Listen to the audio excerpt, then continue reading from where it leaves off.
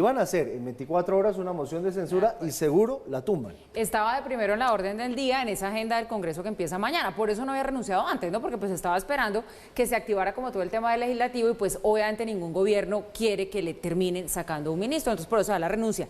No duró ni un año en el cargo, mire, llegó el 7 de marzo del 2023 y no alcanzó a cumplir sus 12 meses allá al frente de esa cartera. Paula, 2 ministras del deporte, 2 ministras que se van en escándalos, 2 ministras a las que el presidente inicialmente no les acepta la renuncia, después sí. Lo cierto es que el presidente está en Alemania en una cumbre de seguridad y le preguntamos, dijo que por ahora no va a hablar, que de pronto mañana. Sí. Sin lugar a dudas que la moción de censura, el haber encarado el debate, habría constituido el potencial de una gran derrota política para el gobierno, porque los votos estaban prácticamente definidos para sacar a la ministra de su cargo. Y ese hecho, el haber podido sacar a la ministra de su cargo por parte del Congreso, habría sido un inmenso triunfo para la oposición, pero en realidad no había solo congresistas de la oposición interesados en ello, sino también una gran derrota política para el gobierno.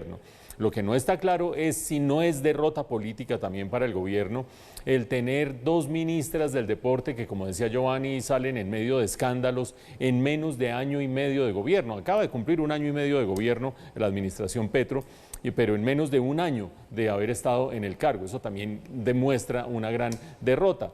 Ahora, hay que tratar de entender el rol que ha jugado la ministra en todo esto. Cintia nos decía en la nota que en su carta de 7 párrafos, unos cipotes párrafos contando lo que se hizo o lo que se trató de hacer, por lo menos bajo su gestión, no dice ni una sola palabra sobre los Juegos Panamericanos.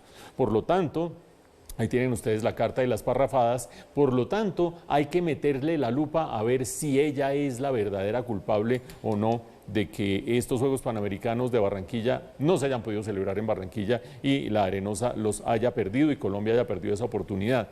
Y no es necesario hacer un gran recuento de todas las fechas y de todos los momentos, pero en realidad el Estado colombiano, no solo la administración Petro, pero también el gobierno anterior, la administración Duque y la administración Petro, no fueron serias en sus compromisos, para asumir sus compromisos. Rezagos en el momento de tener que constituir un comité específico, rezagos en el momento de no mandar un cronograma que se debía haber mandado a la organización, rezagos en el momento de pagar las cuotas correspondientes, es decir, incumplimiento tras incumplimiento. Por lo tanto, no era un problema solo de la ministra, era un problema de toda la administración Petro, incluida su antecesora, pero también de la administración Duque. Punto número 1.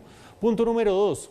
¿Mostró en algún momento el presidente Gustavo Petro un interés brutal, así que uno dijera qué maravilla, para impulsar los Panamericanos en Barranquilla? No, aunque en el momento en que se hizo la rueda de prensa, después de que era casi un hecho que se había perdido la sede, el presidente dijo, sí nos interesaban los Juegos en Barranquilla, pues cuando uno revisa toda la historia se da cuenta que no, y menos aún cuando existe evidencia de que el presidente Petro no le quiere jalar a apoyar grandes proyectos en Medellín, en Bogotá y en Barranquilla después de que ganaron los alcaldes que ganaron. Entonces decir que la ministra fue la única responsable me parece que es soslayar por completo esta realidad. Pero un tercer elemento. Recuerden ustedes la gran inestabilidad que existe en el gabinete del presidente Petro. 14 cambios ministeriales en un año y medio. 14 en un año y medio, casi que uno al mes, hagan cuentas ustedes. Y eso lo que denota es un problema de la manera de hacer administración pública del presidente Petro.